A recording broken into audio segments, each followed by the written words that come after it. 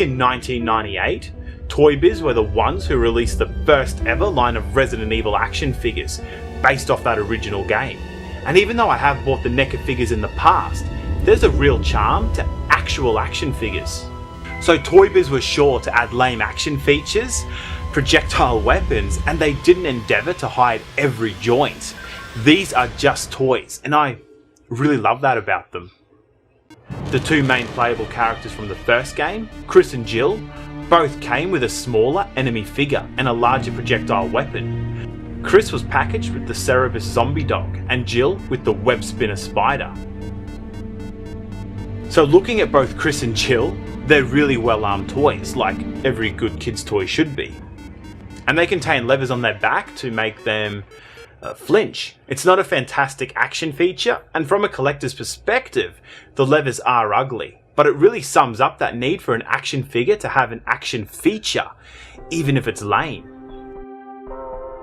For what they are, I was surprised at the amount of articulation with joints in the ankles and ball socket shoulders.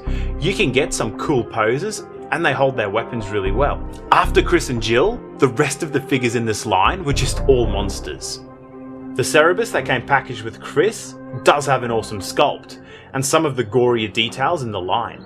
The figure has been designed to fall apart, revealing the rotting meat and muscle still clinging to the Cerebus skeleton. Even though the action feature hasn't held up great, I thought it was ambitious. Jill came with the web spinner, brightly coloured and well sculpted.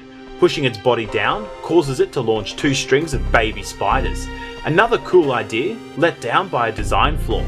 In this case, the soft plastic strings of baby spiders are just too unpredictable, and often they just get caught in the web spinner. We got the well-established hunter enemy packed in with the Chimera, an enemy that was only seen briefly in the first game.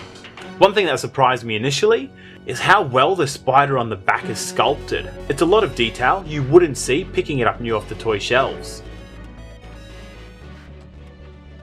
As for the hunter, I really love the sculpt and the overall bulk of the figure. He looks fierce. Brain goo still clinging to his claws, and no lame action features, just decent articulation. After 15 years, his shoulders are loose. It's a shame, but they still hold a pose. But that might be something to consider if you're planning on picking these guys up yourself. Naturally, we also got a few zombies from Toy Biz. The lab coat zombie looks awesome, gory and rotting, and we could have used a few more like that. The pack-in figure is the Forest Speyer zombie. And Forest Speyer is actually his name.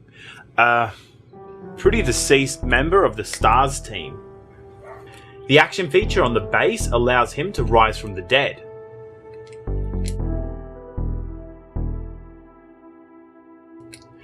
The feature works well, and there's some great details on it, like the dead crows, which tie into his death from the game. Details like this make the Toy Biz line feel really genuine. And finally, the big daddy boss of the game, the Tyrant, and he literally dwarfs every other figure. He's really imposing, with some cool sculpted detail, and I really dig the corpse-like skin colour. There's just something so creepy about him. I can't help but think of those bare feet on a cold, hard laboratory floor. It's the only figure that came packaged alone and without any accessories, so we've got a line of some very cool enemies and heroes from the first Resident Evil game.